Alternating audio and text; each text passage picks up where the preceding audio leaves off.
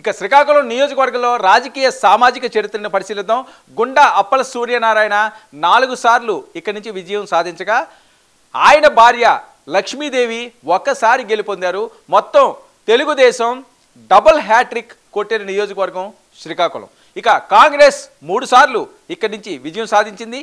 ఇక పోలినాటి వెలమ 12 సార్లు ఇక్కడ గెలుపొందగా కాళింగ 2 సార్లు, నరసన్నపేట నుంచి మారి ధర్మాన శ్రీకాకుళం వచ్చి 3 సార్లు ఇక్కడి నుంచి ఆయన గెలుపొందారు. గత ఎన్నికల్లో వైఎస్ఆర్సీపీ కూడా విజయం సాధించింది. ధర్మాన ప్రసాదరావు వైపే గత ఎన్నికల్లో ఇక్కడ ప్రజలు మొగ్గు చూపించారు.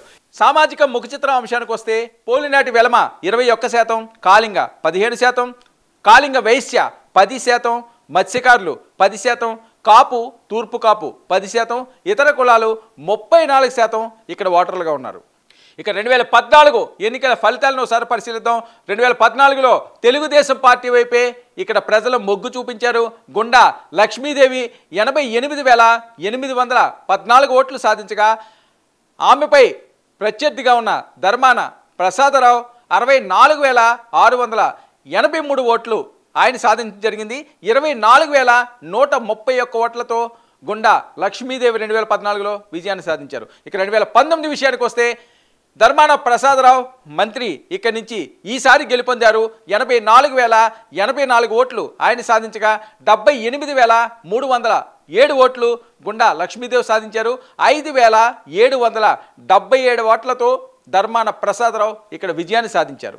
ఇక ఈసారి బరిలో ఉన్న అభ్యర్థుల వివరాలు ఒకసారి పరిశీలిద్దాం. ధర్మాన ప్రసాదరావు వైపే సీనియర్ పొలిటీషియన్, ఆయన వైపే జగన్మోహన్ రెడ్డి గారు మొగ్గు చూపించారు. అయితే ఈసారి గుండా ఫ్యామిలీ కాకుండా చంద్రబాబు నాయుడు గారు కొత్త అభ్యర్థిని ఇక్కడికి రంగంలోకి దింపారు. గొండు శంకర్రావు ఈసారి ధర్మాన ప్రసాదరావుపై పోటీలో ఉన్నారు. ఇక వైఎస్ఆర్ కాంగ్రెస్ అభ్యర్థి ధర్మాన ప్రసాదరావు ఉన్న ప్లస్ పాయింట్స్ ఏంటి?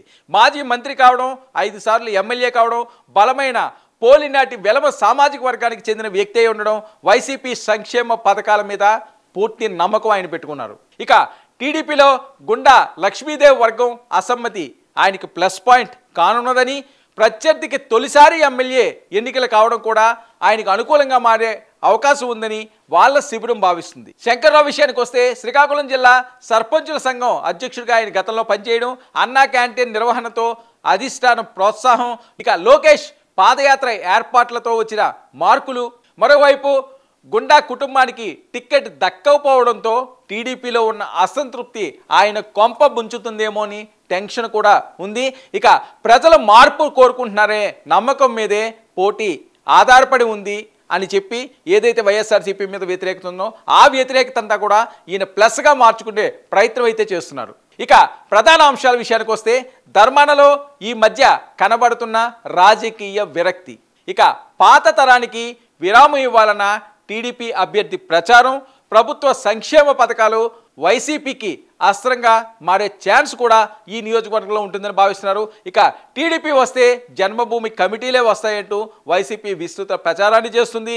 గుండా కుటుంబ సేవలను టీడీపీ విస్మరించడం కూడా ఈసారి తెలుగుదేశం పార్టీకి ఇబ్బందిగా మారుతుందనే ఆశాభావం వైసీపీలో ఉంది. ఓవరాల్గా చూసుకుంటే శ్రీకాకుళం నియోజకవర్గానికి ఈసారి బలమైన ప్రత్యర్థుల పోటీ ఉంది. మరి కొత్త తరానికి అక్కడ ప్రజలు పట్టం కడతారా, లేకపోతే సీనియర్కే మరోసారి అవకాశం ఇస్తారా అన్నది చాలా కీలకంగా ఓటర్ల తీర్పు ఈ నియోజకవర్గంపై ఈ ఎన్నికల్లో ఉండనుంది.